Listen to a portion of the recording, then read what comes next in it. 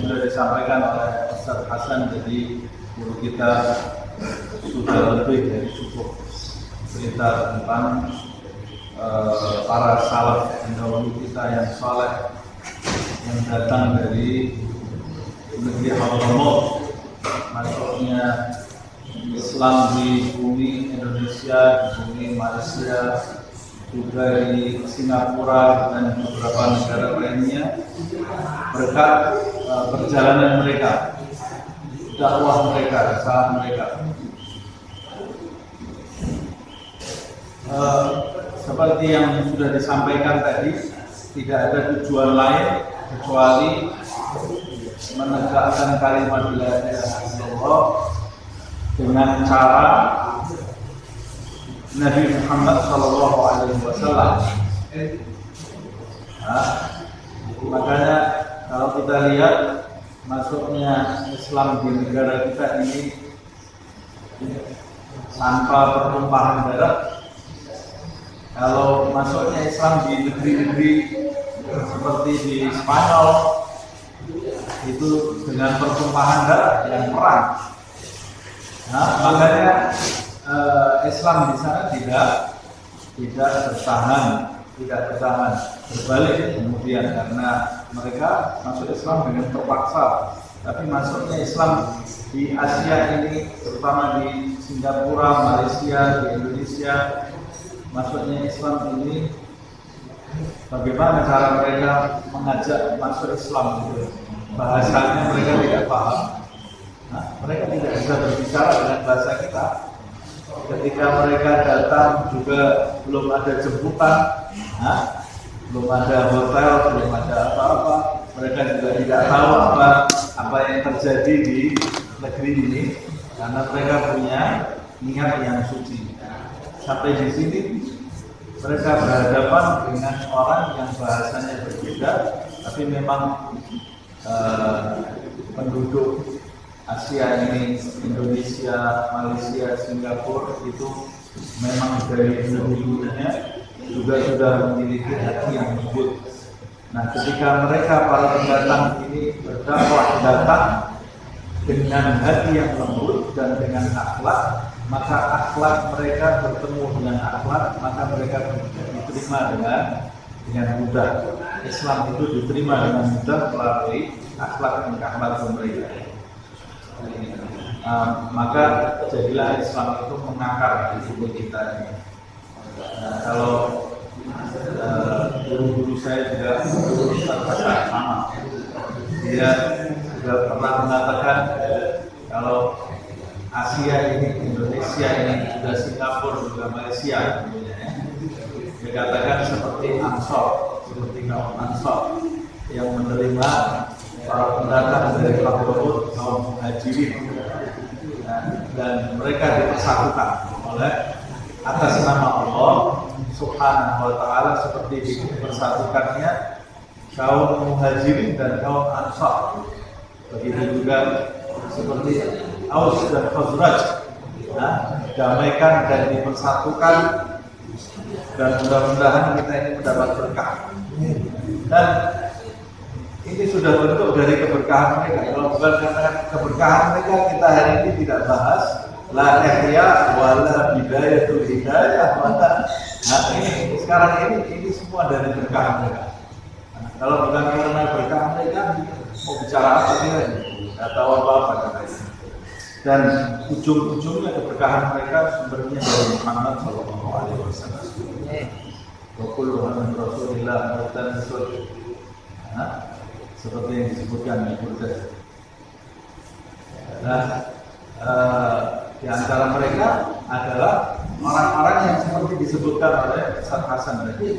Ada yang kembali ke Al-Idrus, ada yang ke Al-Qas, ada yang ke Al-Haddad, ada yang Segar, Syekh Abu Bakar bin Salim. Mereka semua, kalau kita baca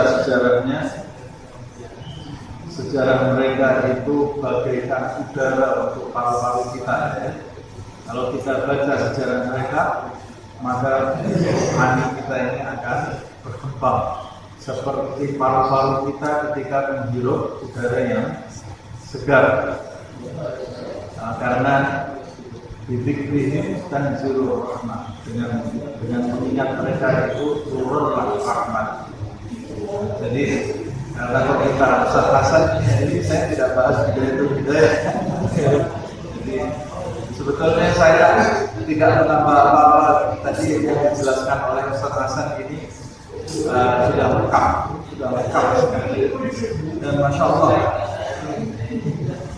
berapa banyak orang yang tidak punya nisbah nasab kepada Rasulullah SAW, tapi memiliki nisbah roh yang lebih kuat daripada orang yang punya nisbah nasab kepada Nabi Muhammad.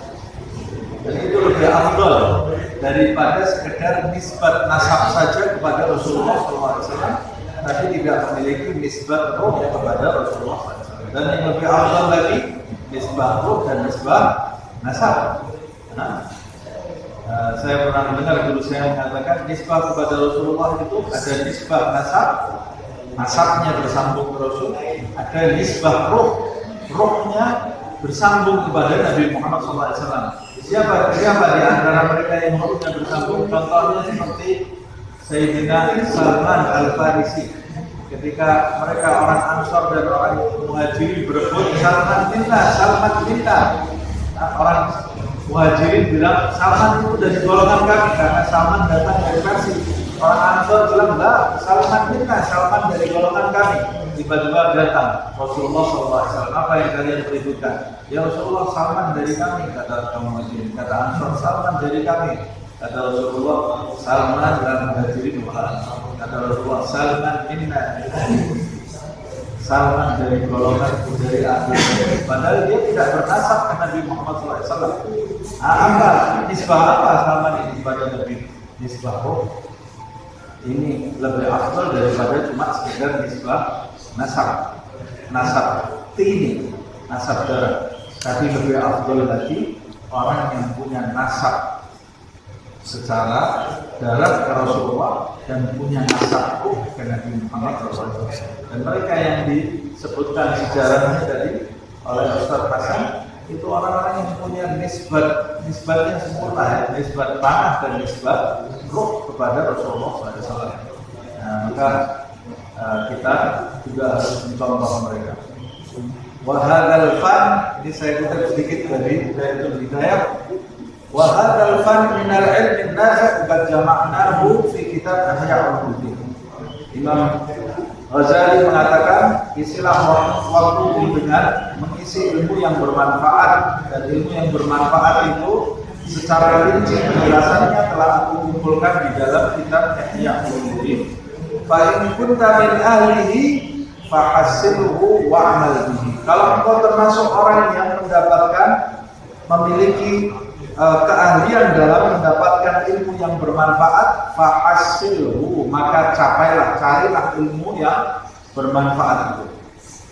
Wa'mal bihi, dan amalkan ilmu yang kau pelajari.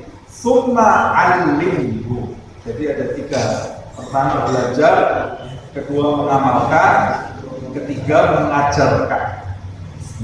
Ini kalau setiap orang memiliki 3 hal ini, dunia ini akan tenang sekali. Belajar, mengamalkan ilmu, kemudian mengajarkan. Fa'asilhu wa'amal bihi thumma 'allimhu wad'u ilaihi. Ajak kepada ilmu itu. Faman 'alima dzalika wa 'amila bihi wa da'an nas ilaihi. Siapa yang memiliki ilmu itu, ilmu yang bermanfaat, wa amila bihi, dan mengamalkannya dalam kehidupan, wa da'an nasa ilaihi, dan menyeru manusia menuju kepada ilmu yang bermanfaat. Wa dzalika yud'a 'aliman fi malakutis samawat. Orang yang seperti ini nanti akan diseru sebagai orang yang agung di kerajaan langit. Subhanallah. Nah, kita kalau mau dapat pangkat di langit, kalau pangkat di bumi ini 5 tahun sudah diganti orangnya, sudah lengser. Pejabat-pejabat bumi ini, pangkat kursi-kursi bumi ini, tidak tekar. Sebentar sudah diganti orang, berebut orang. Tapi tidak ada yang cari pangkat yang abadi. Cari pangkat yang abadi. Cari keagungan di langit. Bagaimana kita mau mencari keagungan di langit? Di sisi Allah. Caranya bagaimana? Satu, belajar. Kedua, mengamalkan ilmu. Ketiga, mengajak manusia untuk menjadi orang yang taat kepada Allah melalui ilmu tadi.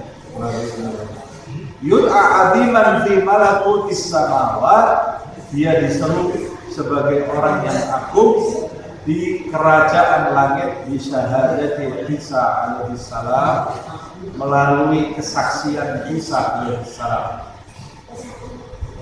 Nah, ini melalui kesaksian Isa alaihi salam, karena di dalam riwayat disebutkan Nabi Isa itu berkata, man alima wa amila wa man alima wa amila wa amal. Apa itu? Saya lupa kata-kata itu. Yud'a fi malakutis samawat aziman. Dalam riwayat disebutkan Nabi Isa pernah berkata, siapa yang belajar kemudian mengamalkan, man alima wa amila wa 'allam. Siapa yang belajar kemudian mengamalkan dan mengajarkan, dan kemudian mengajarkan, maka nanti dia akan diseru sebagai orang yang agung di kerajaan Allah. Saya kira ini yang bisa saya sampaikan. Insya Allah di pertemuan yang lalu yang akan datang akan kita lanjutkan. Wallahu a'lam bishawab.